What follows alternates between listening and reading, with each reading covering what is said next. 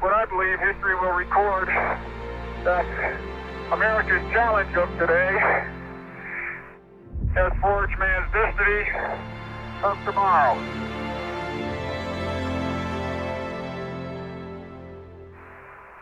And as we leave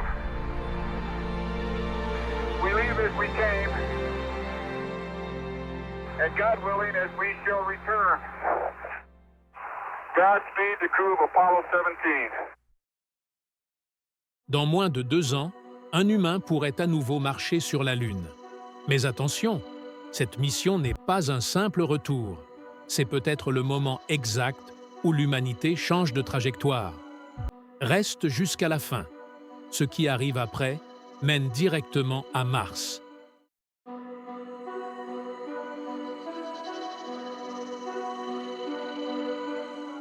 Pourquoi retourner sur la Lune maintenant? Pourquoi cet endroit précis? Et pourquoi Artemis 3 est bien plus importante qu'Apollo? Tranquility Base, Houston, guidance recommendation is pinged, and you're cleared for takeoff. Roger, understand. We're number 1 on the runway. 7, 6, 5, engine arm ascent.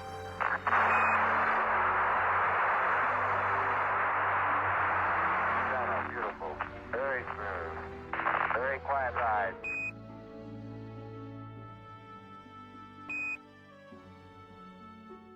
Depuis plus de 50 ans, la Lune est restée silencieuse.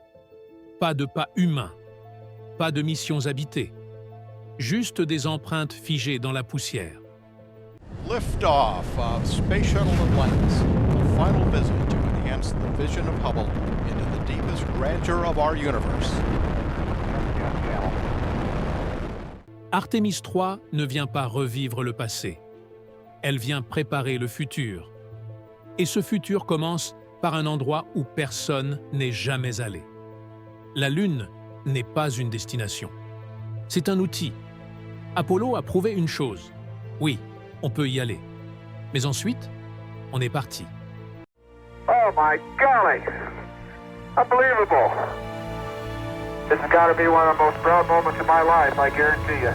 Artemis change la règle du jeu. La Lune devient un laboratoire, un terrain d'entraînement, un test de survie.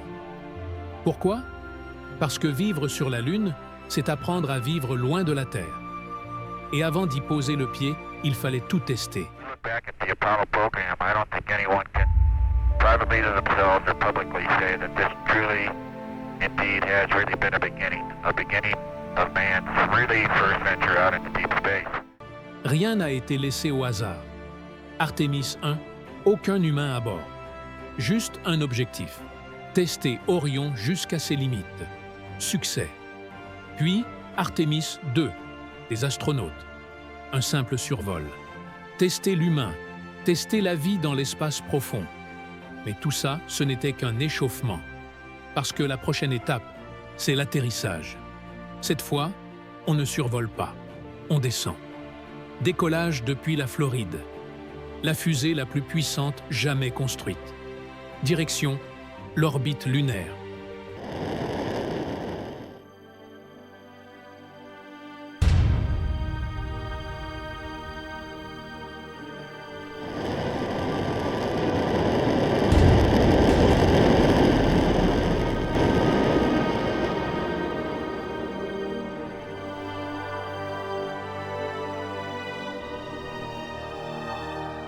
Puis un détail clé, les astronautes changent de vaisseau. Ils montent à bord de Starship, la version lunaire construite par SpaceX. 2 astronautes descendent vers un endroit précis, le pôle sud de la Lune, un endroit jamais exploré. Et pour une raison très simple, parce que là-bas, il y a de la glace. Et la glace, dans l'espace, c'est de l'or liquide, de l'eau, de l'oxygène, du carburant. Autrement dit, la possibilité de rester, la possibilité de repartir, la possibilité d'aller plus loin. Mais cette mission marque aussi un tournant historique. Cette fois, l'histoire ne se répète pas. Artemis 3 verra la première femme sur la Lune et la première personne de couleur. Un symbole, mais surtout un message. L'exploration spatiale change. Et la génération qui va marcher sur la Lune aussi. Mais que vont-ils réellement faire une fois là-bas? Pas de drapeau, pas de visite éclair.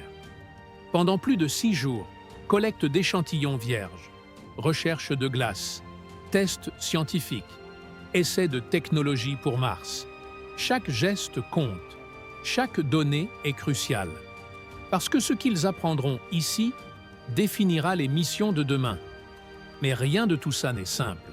C'est une mission à haut risque. Terrain instable, cratères, ombre permanente, radiation, poussière tranchante, températures extrêmes, et parfois plus aucun contact avec la Terre. Une seule erreur peut tout arrêter. Mais si ça fonctionne, alors tout bascule. La Lune devient une base, une station-service, un tremplin vers Mars. On prouve que l'humain peut vivre ailleurs, qu'il peut construire et qu'il peut rester. Ce n'est plus de la science-fiction. C'est une feuille de route. Et cette mission n'est pas menée seule.